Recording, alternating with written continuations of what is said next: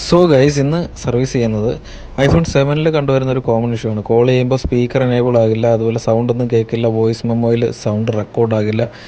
ഈ ഒരു കംപ്ലയിൻ്റ് ഒക്കെ ഐഫോൺ 7 കോമൺ ആയിട്ട് വന്നുകൊണ്ടിരിക്കുന്ന ഒരു കംപ്ലയിൻ്റ് ഉണ്ട്. അപ്പോൾ അതിൻ്റെ ഒരു സൊല്യൂഷൻ്റെ വീഡിയോ ആണ് ചെയ്യുന്നത്.